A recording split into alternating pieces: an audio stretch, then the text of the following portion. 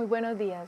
Bienvenidos a una nueva sesión de Descubriendo la Física. Hoy vamos a revisar el tema número 4 de la unidad número 1. Todavía estamos en mecánica, entonces vamos a hablar ahora del tema llamado la conservación del movimiento. Este tema al inicio nos lo presentan también como las leyes de Newton, precisamente porque eso es lo que vamos a revisar el día de hoy. Entonces, los objetivos de la clase, ¿cuáles van a ser? Vamos a discutir las diferencias entre espacio y tiempo absolutos y relativos. El video arranca con eso, nosotros también vamos a hacer una aclaración al respecto. Luego vamos a analizar las leyes de fuerzas propuestas por Newton. Recuerden que veníamos la clase pasada discutiendo sobre los conceptos de movimiento, pero vistas a partir de los análisis de Galileo. Ahorita las vamos a ver desde un enfoque un poco más matemático. Vamos a darle una estructura mucho más precisa a los enunciados, por ejemplo, del movimiento de los cuerpos. Vamos a introducir un concepto nuevo, que es el concepto de momentum, que significa simplemente cantidad de movimiento o me está cuantificando una cantidad de movimiento. Y por último, se va a analizar el cálculo de la masa de un cuerpo tomando como referencia una masa patrón. Entonces, para eso vamos a dar inicio al video, vamos a discutir entonces las ideas más relevantes y les quiero aclarar que decidí hacer el quiz mejor el próximo jueves y no el día de hoy, porque recibí la información de que algunos de ustedes apenas van a arrancar tema hoy. Entonces, dado que no han tenido la oportunidad de revisar las sesiones anteriores, voy a postergar el quiz hasta pasado mañana para que de pronto tengan la oportunidad algunos de sus compañeros de ponerse al día con el tema. Entonces vamos a arrancar con el video y retomamos entonces con la clase.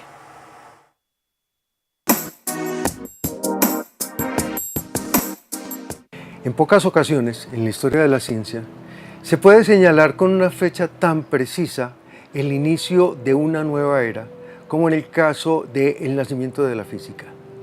Sin temor a exagerar, podemos decir que en el año de 1687, en el momento en que Isaac Newton publicó los principios matemáticos de la filosofía natural, se da, digamos que, el inicio oficial de esta actividad, de esta disciplina del conocimiento que se llama la física.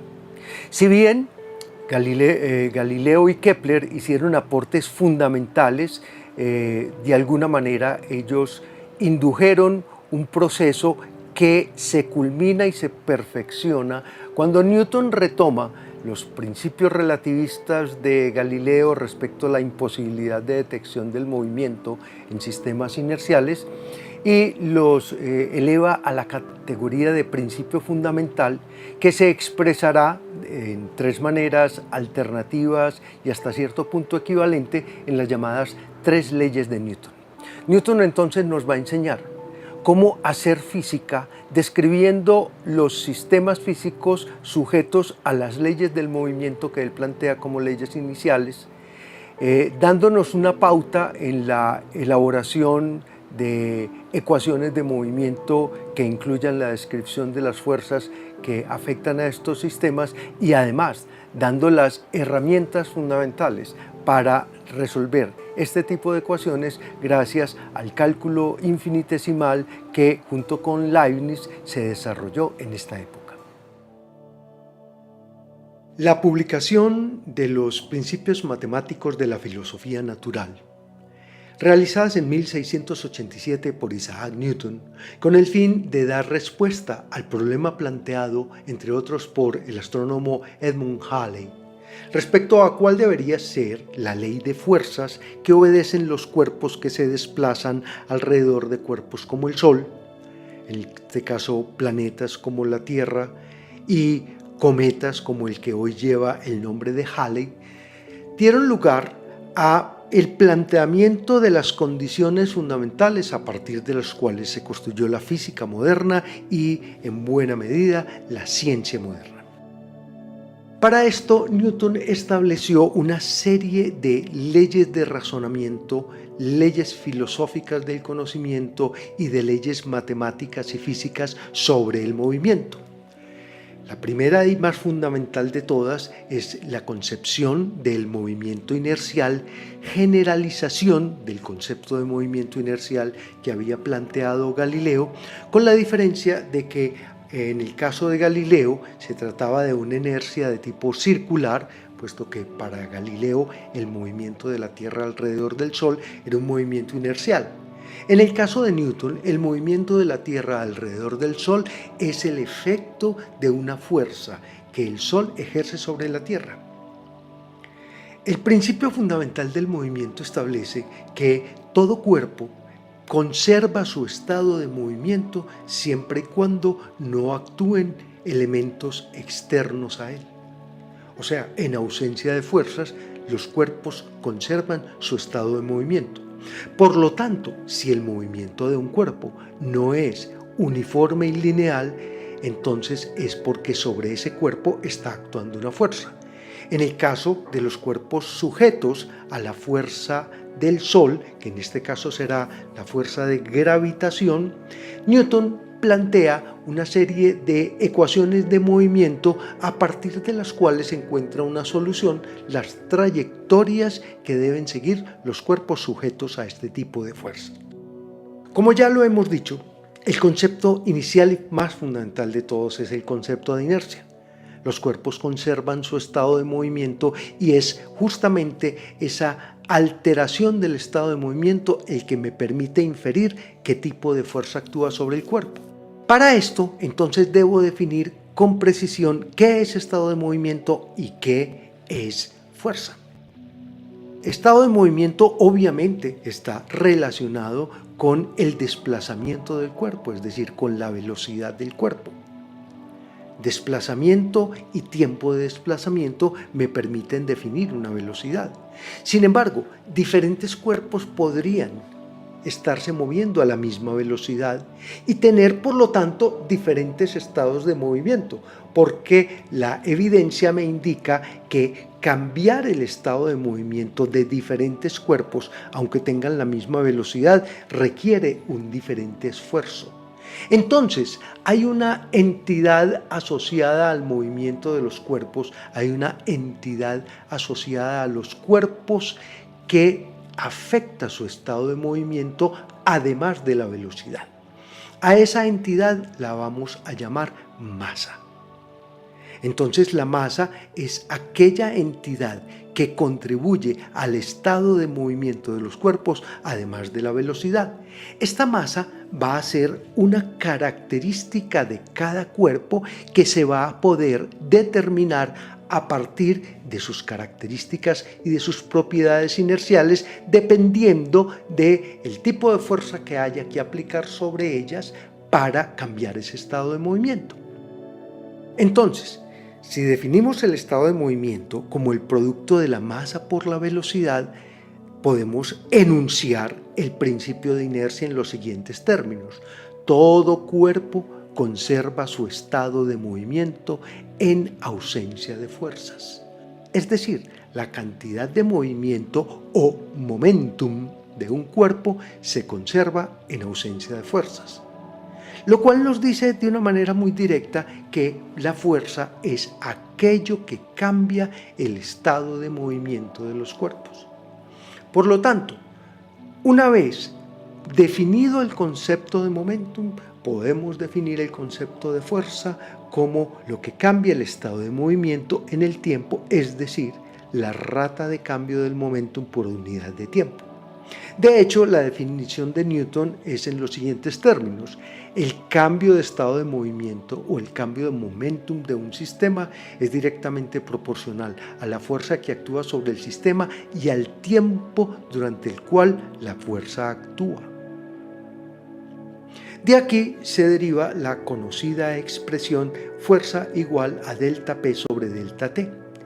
Teniendo en cuenta que en muchos casos la acción de una fuerza no cambia la masa del cuerpo, no desvirtúa al cuerpo como tal, entonces se puede decir que si la masa permanece constante, la acción de una fuerza se manifiesta como una aceleración, en términos de que fuerza, decimos, es igual a masa por aceleración, de acuerdo con la muy conocida versión de esta ley de Newton. Pero describir un cuerpo solo no tiene ningún sentido. En toda interacción deben participar por lo menos dos cuerpos. Entonces también es importante definir las condiciones de interacción de dos cuerpos. Supongamos que lo único que existe y lo único que va a ser observado y objeto de análisis es un sistema compuesto por dos cuerpos, cada uno de ellos caracterizado por su respectiva masa. Si este es un sistema completo, diremos que es un sistema aislado porque no interactúa con ningún otro elemento del universo. Podemos aseverar, de acuerdo con la primera ley de Newton, que la cantidad de movimiento total de este cuerpo se conserva, donde la cantidad de movimiento de este cuerpo será la suma de la cantidad de movimiento de cada una de sus componentes. Si este cuerpo o si este sistema sujeto a estudio está compuesto de muchas partículas, entonces diremos que la cantidad de movimiento del sistema es la cantidad de movimiento total de la suma de las cantidades de movimiento de cada una de las partículas. Lo más interesante es que el sistema total, compuesto por una gran cantidad de partículas, se puede reducir matemáticamente a una sola partícula, cuya masa es igual a la suma de las masas de todas las partículas localizada en un punto estadísticamente definido como el centro de masa.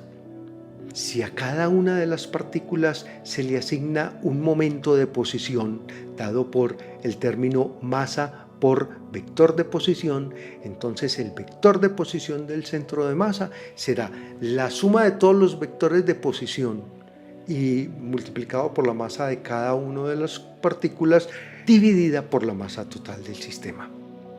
De acuerdo con esto, entonces podemos definir el radio o la posición del centro de masa y la velocidad del centro de masa como aquel que describe el comportamiento completo de todo el cuerpo.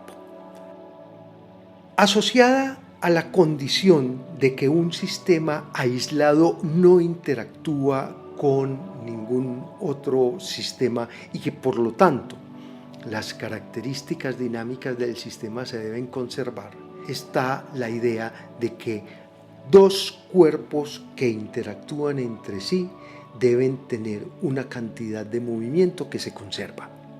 Pero cuando los cuerpos interactúan, porque esa es la definición de interacción, la cantidad de movimiento de cada uno de ellos varía, puesto que la condición global es que la suma de la cantidad de movimiento no varíe. Quiere decir que la cantidad de movimiento que pierde o gana uno de ellos es igual a la que gana o pierde el otro de ellos. En estos términos podemos decir que si el sistema está constituido por las partículas de masa M1 y M2, el cambio de la cantidad de movimiento de M1 debe ser igual y negativo al cambio de la cantidad de movimiento de M2. Digamos, delta P1 debe ser igual a menos delta P2. Pero puesto que esos cambios de cantidad de movimiento se dieron en el mismo intervalo de tiempo, podemos decir que delta P1 sobre delta T es igual a menos delta P2 sobre delta T. Pero delta P1 sobre delta T será la fuerza que actúa sobre 1 y delta P2 sobre delta T será la fuerza que actúa sobre la masa 2. Por lo tanto, hemos llegado a la conclusión de que F1 debe ser igual a menos F2, es decir, la fuerza que uno de ellos experimenta debido a la interacción con el otro es igual a la fuerza que el otro experimenta debido a la interacción con el uno. A esta expresión se la suele denominar la tercera ley de Newton, pero es una consecuencia directa de la conservación de la cantidad de movimiento en un sistema aislado. Esta expresión de la llamada tercera ley de Newton o ley de acción y reacción nos permite hacer una definición operativa de la masa en términos de cómo medir una masa de un cuerpo desconocido a partir de la masa de un cuerpo conocido. Hay que hacer la advertencia. La masa que yo llamo de un cuerpo conocido es una masa que voy a definir de manera arbitraria pero conveniente como una masa patrón o una masa estándar.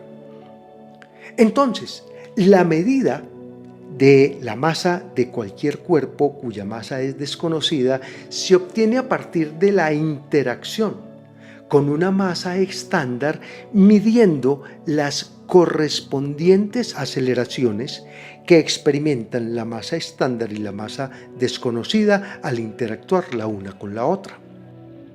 De acuerdo con la ley de acción y reacción que hemos enunciado anteriormente, la fuerza que experimenta la masa desconocida al interactuar con la masa estándar es igual y de sentido contrario a la fuerza que experimenta la masa estándar al interactuar con la masa desconocida.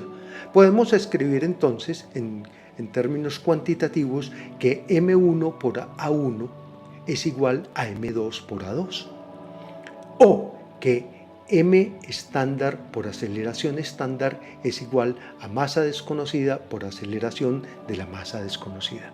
De aquí podemos primero medir cuáles fueron las correspondientes aceleraciones y en segundo término aislar el término correspondiente a la masa desconocida y expresarla en términos de la masa estándar como la masa estándar multiplicada por la relación entre la aceleración estándar y la aceleración de la partícula desconocida.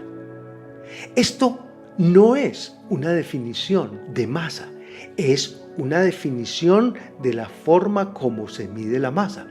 Pero observen que esta definición de la manera experimental de medir la masa involucra el concepto de inercia. Por esta razón, se suele decir que la masa de los cuerpos es una medida de su inercia. Más correcto sería decir, la masa de los cuerpos es una cantidad propia de cada cuerpo que se puede medir a partir de las propiedades inerciales de este cuerpo. Las leyes de Newton, aplicadas al estudio y el movimiento de los cuerpos, permiten no solamente describir lo que ya se conoce, como en el caso de los movimientos astronómicos, sino predecir el comportamiento de cuerpos siempre y cuando se establezcan con toda claridad las condiciones iniciales de un movimiento y se tenga conocimiento de las fuerzas que actúan sobre estos sistemas.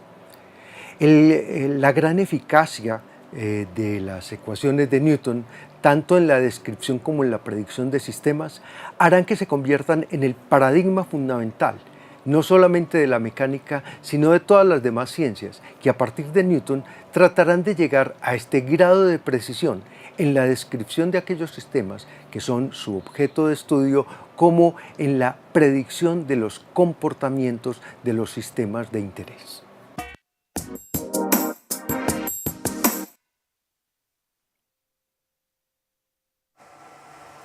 Bueno, entonces ya que vimos el video, tenemos un punto de partida para analizar con más detalle cada una de las leyes que vimos y que ustedes formulen sus inquietudes. Entonces arrancamos, como les conté y como inicia el video, con clarificar precisamente que existen dos definiciones de espacio y tiempo absoluto y relativo.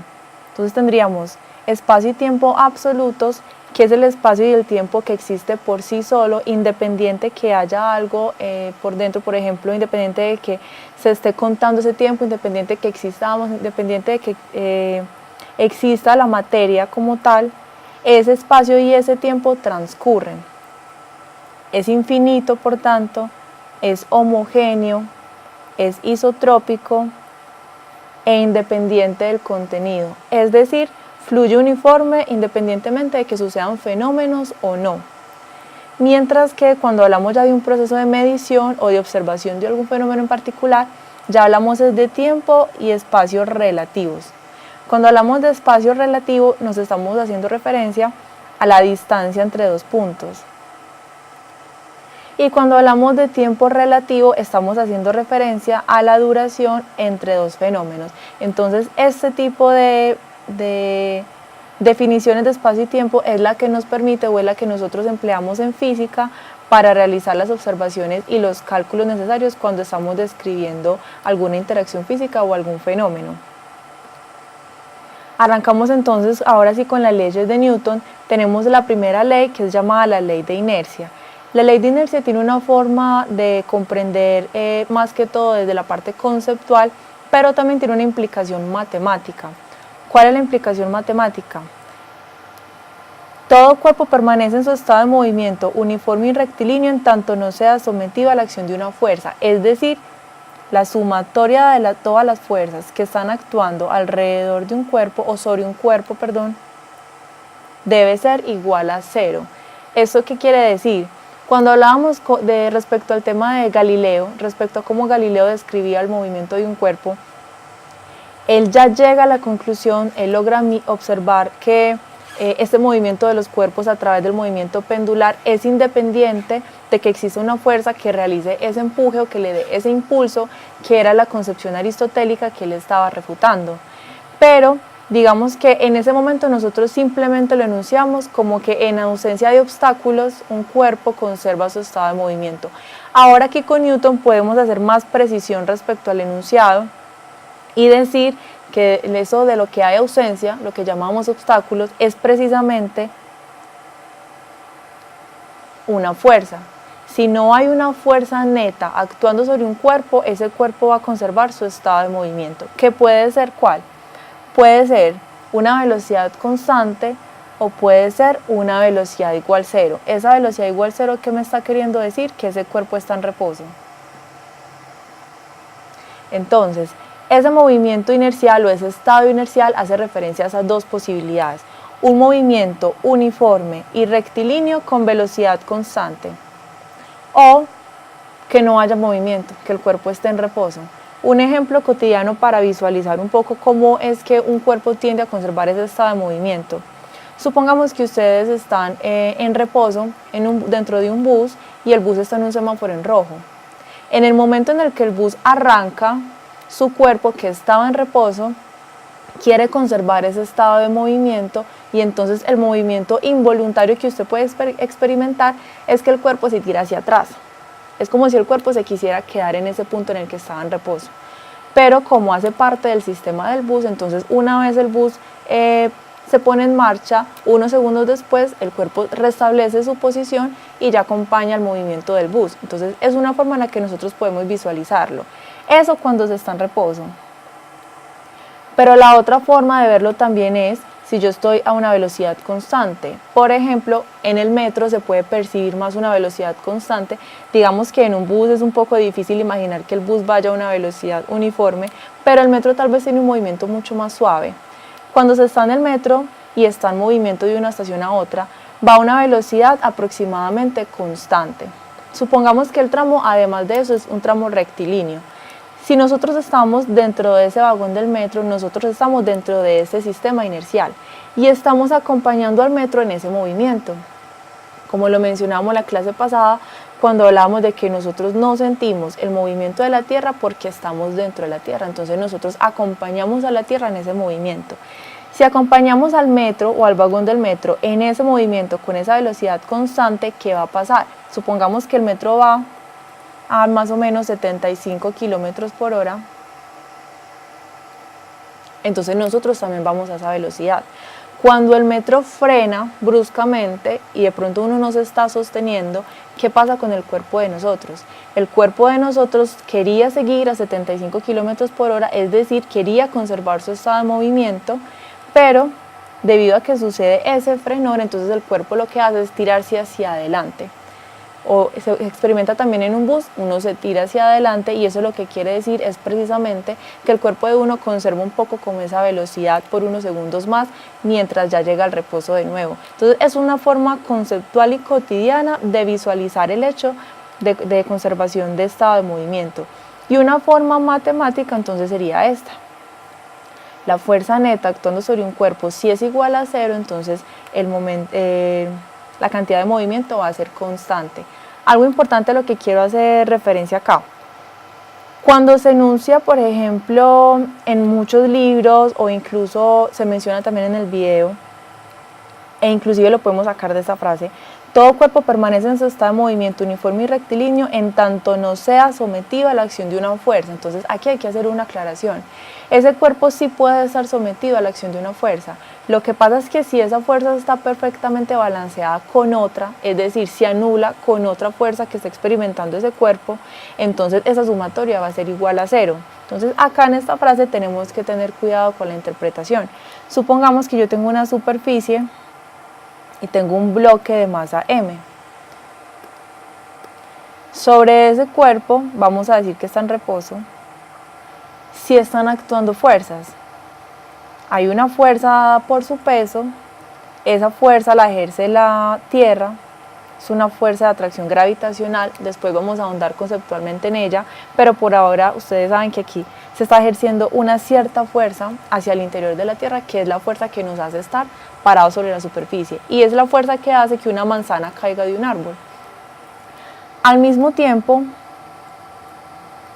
dado que esa masa está en contacto con una superficie, ese contacto genera una fuerza en esta otra dirección, que es una fuerza de contacto que normalmente cuando se trabajan los problemas de física se le da un nombre como fuerza normal y se simboliza con una N mayúscula. Entonces, dense cuenta aquí de algo. Esta masa incluso podría estar sometida a otro tipo de fuerzas. Podría estar sometida, por ejemplo, a una cuerda aquí que la esté jalando en la dirección hacia la derecha, pero podría estar experimentando por ese otro lado una resistencia por parte del suelo que no permite que ella se arrastre. Esta fuerza que está jalando el cuerpo no es lo suficientemente grande para que el cuerpo se arrastre, entonces el cuerpo sigue en reposo. Y podríamos aplicar muchas más fuerzas. La conclusión es la siguiente. Dense cuenta que sobre ese cuerpo, aquí en el diagrama están actuando 4 fuerzas diferentes. Entonces, sí hay acción de fuerza. Lo que pasa es que están perfectamente balanceadas, quiere decir se están compensando unas con las otras. Matemáticamente, esta fuerza se está anulando con esta y esta fuerza se puede estar anulando con esta, lo que conlleva a que si yo hago una sumatoria de fuerzas, de todas las fuerzas que están actuando sobre ese cuerpo, me va a dar que no hay una fuerza neta. Entonces la fuerza neta es igual a 0, es nula. Si esto se cumple, entonces es ahí donde podemos decir que ese cuerpo va a conservar su estado de movimiento. Entonces para que tengamos en cuenta ese tipo de sutilezas en los enunciados. La segunda ley, para presentar la segunda ley, vamos primero a introducir el concepto de momentum. El profesor nos lo cuenta bastante bien en el video. Ese momentum, que en física se simboliza con una letra P, es una cantidad vectorial. ¿Por qué es una cantidad vectorial? Porque es precisamente la multiplicación de la masa por la velocidad del cuerpo. La masa es una cantidad que es una constante, es una cantidad escalar, pero la velocidad es una cantidad vectorial. ¿Qué es esto de una cantidad vectorial? De pronto para las personas que todavía no hayan visto esta parte dentro de sus cursos, simplemente quiere decir que es una cantidad física que tiene una magnitud, pero que también tiene una dirección. No es lo mismo que yo me esté desplazando hacia la derecha a 30 km por hora que desplazarme hacia la izquierda con 30 km por hora. La velocidad es la misma, pero cambia la dirección. Entonces, esta flechita de acá lo que me está queriendo decir es que para medir esta cantidad física en particular, yo también necesito precisar cuál es la dirección sobre la cual está siendo medida. Entonces, esa es una cantidad vectorial y eso hace que el momentum también sea una cantidad vectorial que precise de una dirección. Entonces, él nos introduce el concepto y nos dice que ese momentum, lo que está midiendo, es la cantidad de movimiento. Entonces, esa cantidad de movimiento, ¿de qué depende? De qué tanta masa, miren acá que es directamente proporcional. Entonces, depende de qué tanta masa tenga un cuerpo y qué tan rápido se está moviendo. Entonces, de su rapidez y de su cantidad de masa. Entonces, vamos a suponer, vamos a hacer como diferentes situaciones ilustradas acá con estos dos cuerpos, con un camión y con un motociclista. Supongamos inicialmente que el camión se está moviendo a una velocidad, por ejemplo, de 60 km por hora. y que la moto también se está moviendo a 60 kilómetros por hora. Entonces, pese a que ambos cuerpos llevan la misma velocidad, la pregunta clave es: ¿qué esfuerzo debo hacer yo o qué esfuerzo debo de encontrar para detener alguno de estos cuerpos o ambos cuerpos? ¿Qué esfuerzo debo hacer para detenerlos? Es igual de fácil detener al camión que detener a la moto. ¿Es más difícil o es más difícil detener la moto? ¿Qué pensarían ustedes? Supongamos que este camión tiene una masa M mayúscula, o pongámoslo M1 más bien, y la motocicleta una masa M2. Entonces, a pesar de tener la misma velocidad, dado que el camión tiene más masa, es más difícil detenerlo, llevarlo al reposo, por ejemplo, como en el video lo mostraban con una pared. Entonces, el impacto que va a hacer sobre la pared, si ambos llegaran a estrellarse, supongamos que no hay personas al interior, simplemente es un experimento y se pone con cierta velocidad, sin conductor, una velocidad constante, al impactar sobre la pared, entonces va a verse más afectado, va a ser impactado con más fuerza la pared que va a detener el camión. Entonces, aunque se ve de pronto muy obvio, tenemos que tener en cuenta ciertos detalles respecto a la cantidad de momentum. ¿Por qué? Supongamos ahora que las velocidades ya no son las mismas, que las velocidades ahora guardan una proporción en donde la moto tiene una velocidad mayor, pero se compensa con la relación en las masas. Supongamos que la relación entre las masas es de 10:1, es decir, el camión pesa 10 veces más que la moto, pero que la relación entre sus velocidades sea también de 10:1.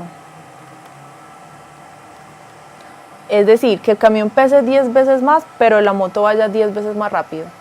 Si eso es así, la cantidad de movimiento de cada uno de los cuerpos va a ser igual, y si es igual, sin importar que el camión sea más masivo, va a ser igual de difícil detener al uno que detener al otro.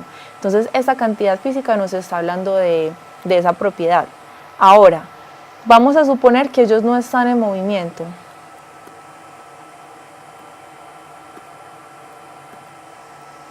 Si yo ahora considero, no lo vamos a ilustrar acá, simplemente vamos a describir la situación. Si ahora considero que ambos están en reposo, ¿cuál sería la situación? Si yo quiero sacar del reposo al camión, ¿qué tanta fuerza debo aplicarle para poder ponerlo en movimiento? Respecto a la fuerza que debo aplicarle al motociclista para sacarlo del movimiento. Un ejemplo, de pronto más práctico. Supongamos que ustedes sacan al tablero, su profesor saca al tablero dos estudiantes diferentes, uno más pesado que el otro, un estudiante que sea más liviano que el otro. Y si esa misma persona, su docente por ejemplo, intenta empujar y sacar del reposo a cada uno de sus compañeros, ¿con cuál de los dos tiene que hacer más esfuerzo? Evidentemente con quien tiene que hacer más esfuerzo es con la persona más masiva, con la persona más pesada. Esto quiere decir que esa persona tiene una mayor cantidad de movimiento y su tendencia a conservarla, pues en este caso va a ser más difícil sacarlo de ese estado inercial. Entonces a eso hace referencia esta cantidad física. Y con eso nos vamos entonces a explorar, antes de llegar a la segunda ley de Newton, lo que nos quiere decir el profesor cuando nos habla sobre la simplificación de una descripción física en función de algo que se conoce como el centro de masa. Entonces, vamos a suponer que tenemos un sistema compuesto por 4 partículas. Esas 4 partículas son M1, M2, M3 y M4. Cada uno tiene una masa característica que no necesariamente es la misma y cada uno está ubicado en una posición característica que se va a ver descrito por este vector, un vector posición. Entonces la masa de M1 tiene un vector posición característico, la masa M2 también, la masa M3 y la masa M4. Lo que podemos plantear es poder describir la física que nos otorga ese sistema de 4 masas, reduciéndolo a una masa equivalente. Entonces esa masa equivalente lo vamos a poner acá, yo puedo encontrar una masa equivalente para la cual esa masa, que no es real, es una masa, es más que todo como un artificio matemático, esa masa yo la puedo calcular y es igual a la sumatoria de cada una de las masas individuales. Es decir, esta M mayúscula que está acá es igual a la sumatoria de cada una de las masas que componen el sistema, el cual yo quiero reducir. Entonces sería sumar M1, M2, M3 y M4. Además de eso, esa masa también tiene que estar caracterizada por un vector posición que va a ser R mayúscula. Entonces ese R mayúscula, que llamamos RCM, posición del centro de masa, también es posible calcularlo y se calcularía de la siguiente forma. Entonces ese vector posición va a ser igual a 1 sobre la masa total, es decir, la sumatoria de las masas individuales, por la suma de cada una de las masas y cada uno de los vectores posición. Entonces, esta es la forma de encontrar la masa equivalente con su posición característica. Ahora, a partir de esta simplificación, nosotros vamos a llegar a un aspecto bien importante que nos lo mostraban también en el video, y es el siguiente. Si yo considero un instante de tiempo característico, me doy cuenta que la masa, si multiplico la masa por su vector posición, entonces tendría que multiplicar a ambos lados. Como a este lado hay una masa dividiendo, entonces se va a cancelar. Entonces a este lado me va a quedar la sumatoria M sub i por R sub i. Eso sería en un instante de tiempo. Pero si consideramos, o si lo que a nosotros nos interesa estudiar es qué pasa cuando estas masas se desplazan una cierta cantidad delta de R, entonces esto va a ser un desplazamiento, porque en esa situación inicial ellas están fijas. Luego yo voy a considerar que ocurre un desplazamiento, y ese desplazamiento ocurre en una cierta fracción de tiempo que yo también puedo medir, que sería un delta de t. Entonces esta sería la fracción de tiempo en la cual ocurre ese desplazamiento.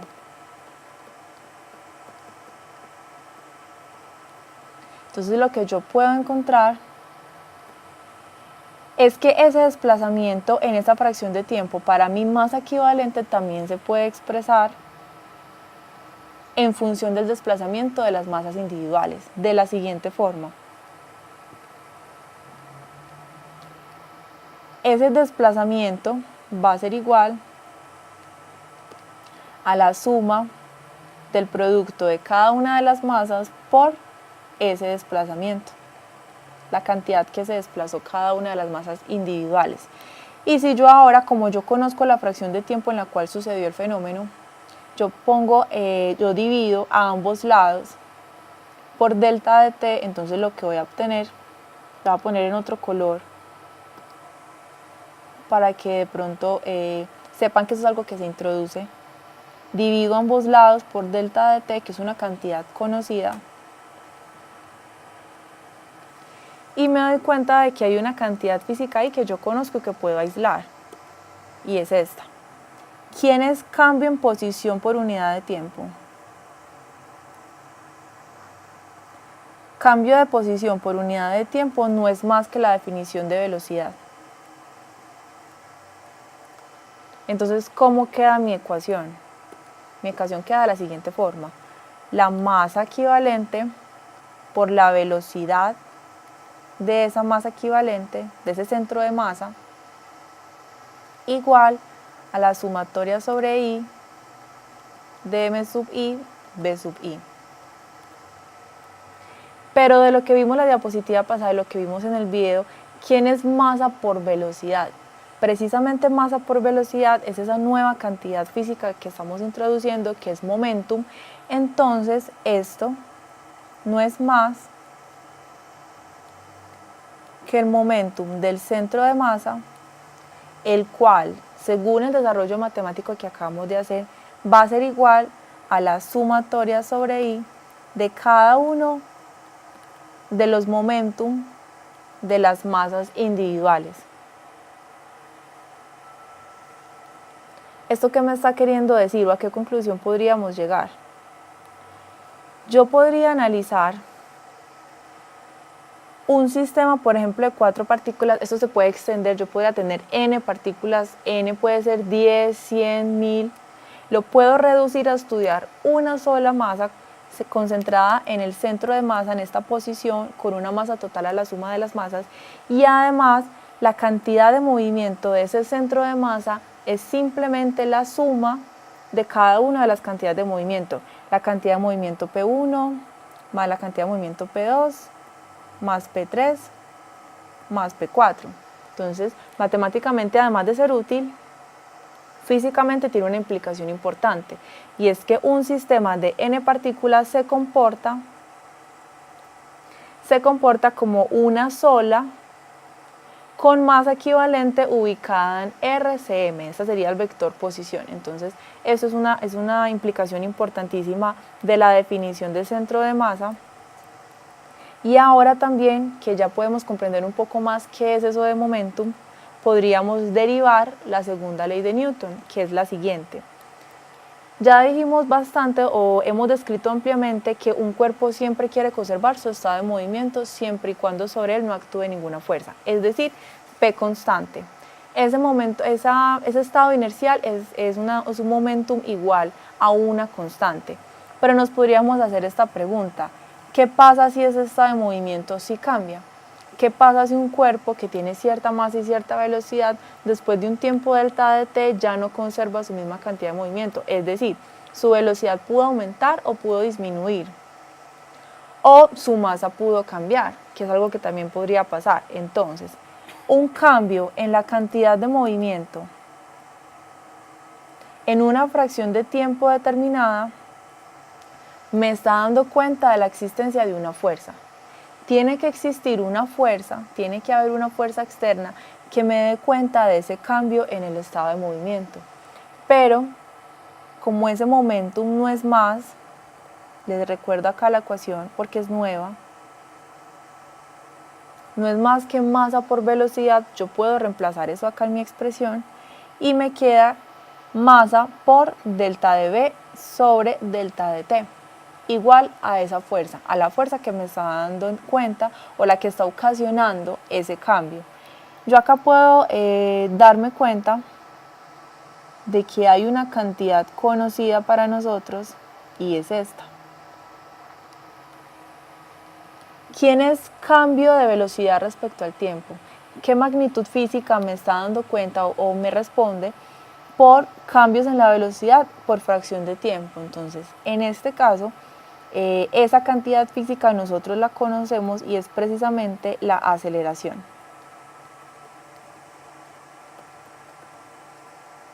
Dicho en otras palabras, si un cuerpo tiene un cambio en su velocidad en el tiempo es porque o está acelerando o está desacelerando. Si ese cuerpo arrancó en el reposo y en un tiempo delta de t, por ejemplo en un tiempo igual a 1 minuto, la velocidad pasó de ser reposo a ser 50 kilómetros por hora, entonces existió una aceleración. Lo mismo cuando digamos si ese cuerpo ya se va a empezar a detener, entonces esa disminución de la velocidad en un intervalo de tiempo es una desaceleración.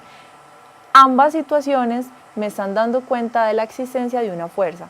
Si aparece una aceleración en una descripción, cuando estamos hablando del movimiento de un cuerpo en específico, que sería nuestro objeto de estudio, si aparece una aceleración, necesariamente es porque existe una fuerza que está dando cuenta de la existencia de esa aceleración. Entonces, esa es otra forma de verlo. Y la última, la tercera ley de Newton, que es la ley de acción-reacción. Entonces, vamos a ejemplificarlo, o al menos matemáticamente, con la colisión de dos esferas, como lo presentaba también el profe en el video.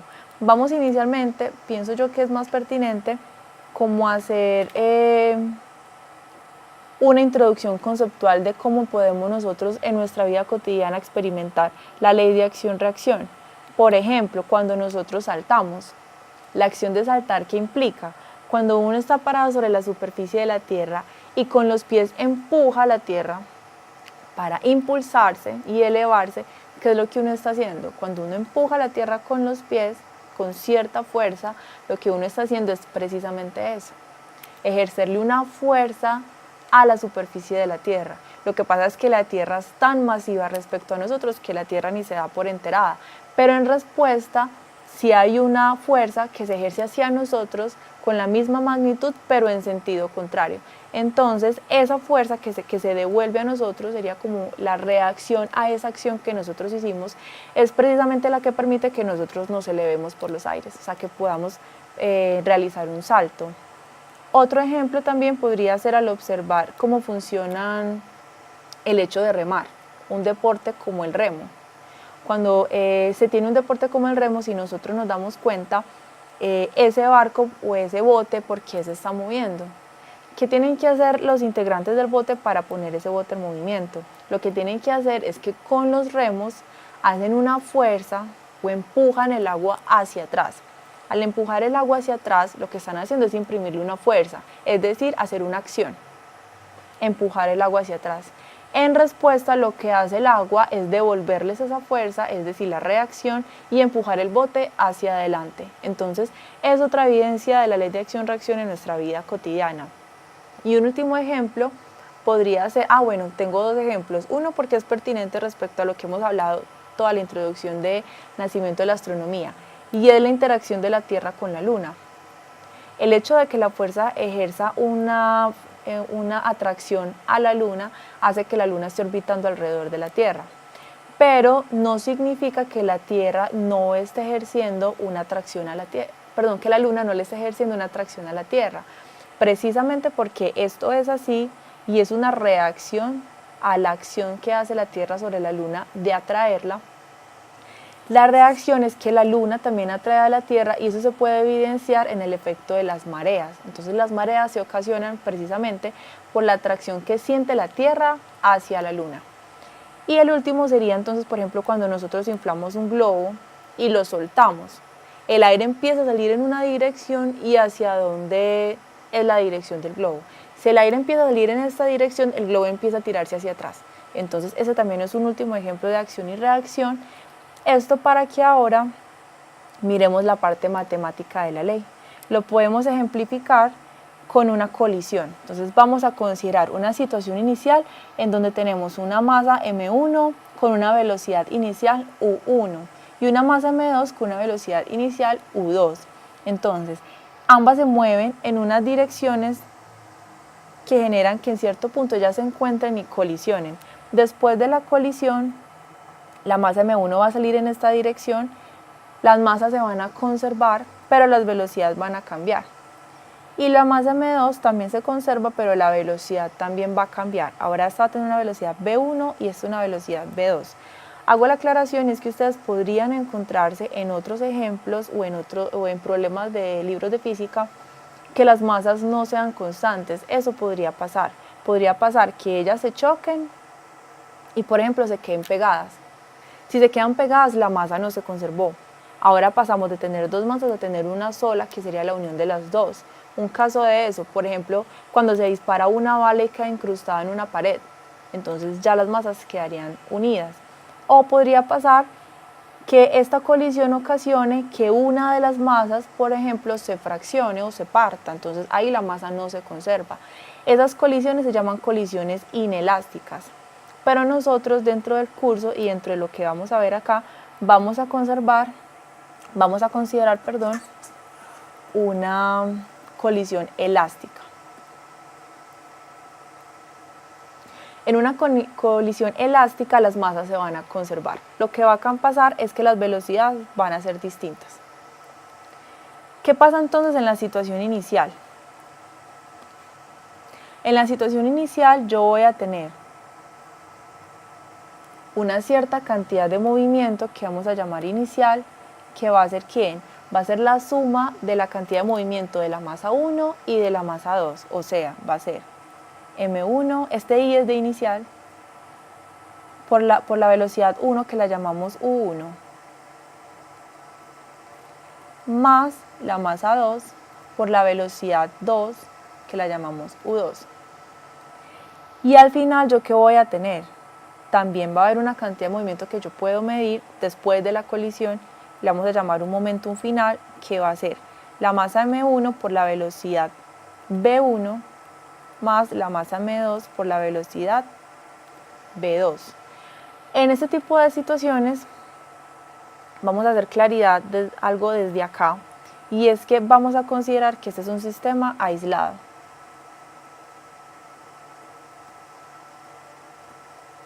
¿Qué quiere decir que está aislado? Que no hay fuerzas externas actuando sobre estas masas. Aparte de la interacción que están teniendo entre ellas dos, no hay ningún otro cuerpo que esté actuando con ellas y no hay ninguna otra fuerza que se esté ejerciendo sobre ellas. Entonces, bajo ese supuesto de que tenemos un sistema aislado,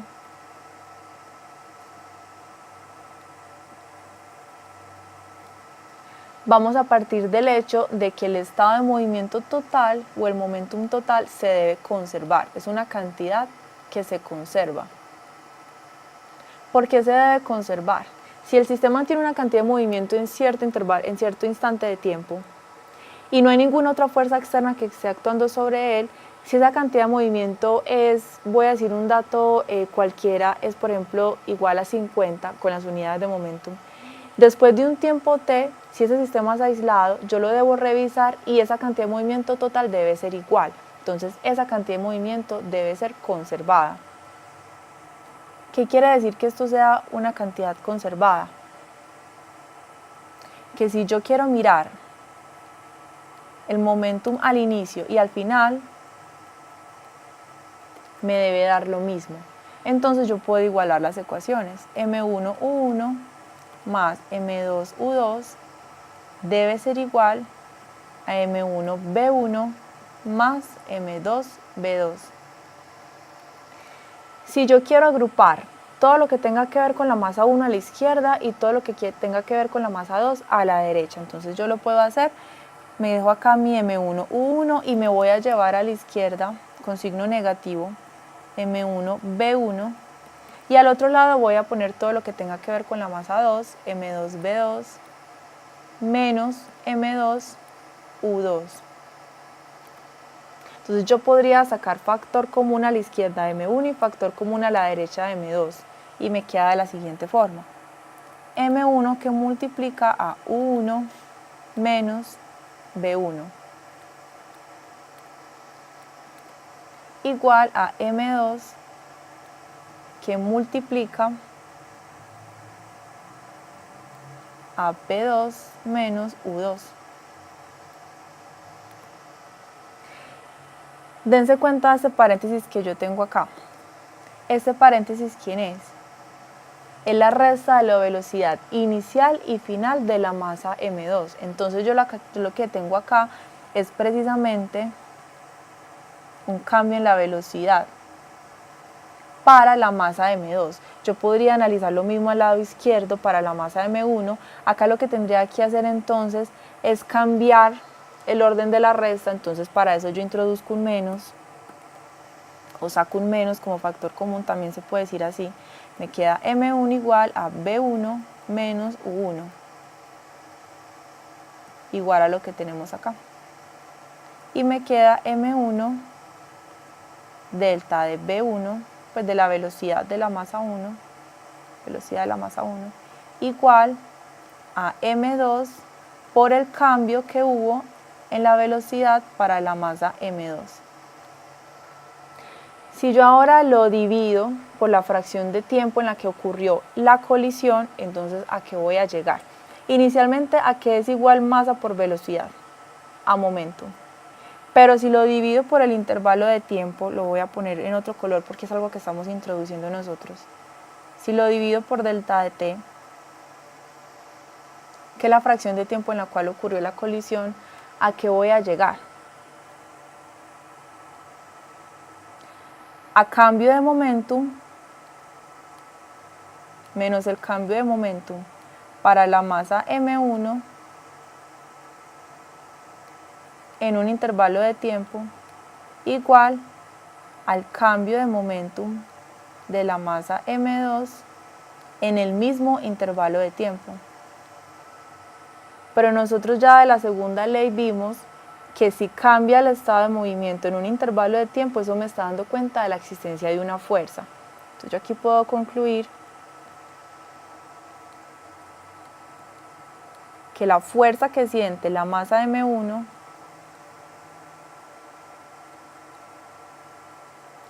es igual a la fuerza que siente la masa m2. Acá es importante que tengamos en cuenta la cantidad, la naturaleza vectorial de todo lo que tenemos acá. Entonces, todas estas velocidades van con vector.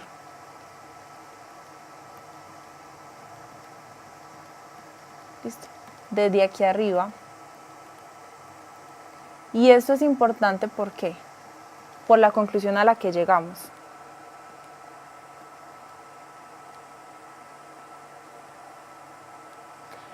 La fuerza que experimentó la masa m1 debido a su colisión con la masa m2 es igual en magnitud, pero en dirección opuesta a la fuerza que sintió la masa m2 debido a su colisión por la masa m1. Eso se debe poner en cantidad vectorial. ¿Por qué? Porque la magnitud es igual, pero la dirección no. Entonces este menos me está dando cuenta de que la dirección es diferente, son vectores opuestos. Pero si yo lo dejo sin la rayita de vector, estoy hablando de fuerza como magnitud, y en ese caso las magnitudes son completamente iguales. Entonces eso es lo que nos concluye la tercera ley de Newton, y es que en toda interacción por contacto entre dos cuerpos se genera un par de fuerzas de acción y reacción, de igual magnitud y sentido contrario, y cada una de ellas actúa sobre un cuerpo diferente. Entonces ya con esto quiero cerrar. Y es precisamente el que siempre que piensen en acción-reacción tengan en cuenta no solo que las fuerzas son de igual magnitud y sentido contrario, sino la frase que les estoy recalcando acá, y es que cada una de las fuerzas que conforman el par actúa sobre un cuerpo diferente. ¿Sobre quién actuó la fuerza F1? Actuó sobre la masa M2, mientras que sobre la masa M1 actuó la fuerza 2. ¿Esto por qué? Y con esto cierro. En un ejemplo cotidiano me refiero a que es un ejemplo que encontramos mucho en los libros de física o cuando en la universidad o en el colegio hacemos ejercicios de mecánica de Newton. Se considera una masa en una superficie nuevamente. Entonces, tenemos una fuerza que genera la Tierra hacia su centro, que la vamos a explorar con mayor profundidad en la próxima clase que veamos la ley de gravitación universal, pero sabemos entonces que nosotros estamos en la superficie precisamente por esa fuerza de atracción, y además hay una fuerza que ejerce la superficie sobre la cual está descansando esa masa, que se le da el nombre normalmente de fuerza normal, comúnmente de fuerza normal. Entonces, a pesar de que matemáticamente puedan ser iguales, como en el ejemplo anterior cuando les hablaba de balance de fuerzas, a pesar de que yo haga, por ejemplo, una sumatoria de fuerzas en este eje, que sería como una especie de eje Y, a pesar de que yo haga la sumatoria de fuerzas en este eje y me dé que deba ser igual a 0 porque esta masa está en reposo, y que por tanto la normal sea igual a la fuerza gravitacional matemáticamente, y que además actúan en sentido contrario en cuanto a dirección, no quiere decir que ellos formen un par acción-reacción. Entonces, ellos no forman un par acción-reacción.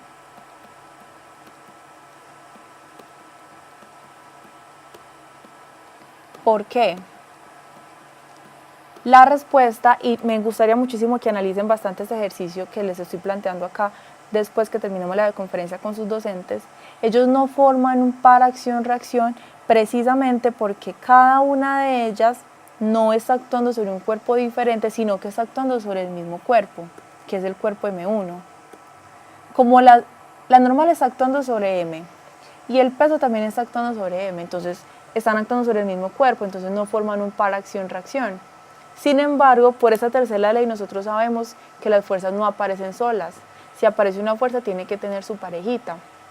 con la cual se pueda compensar. Entonces, esta normal tiene su propio par y este peso tiene su propio par.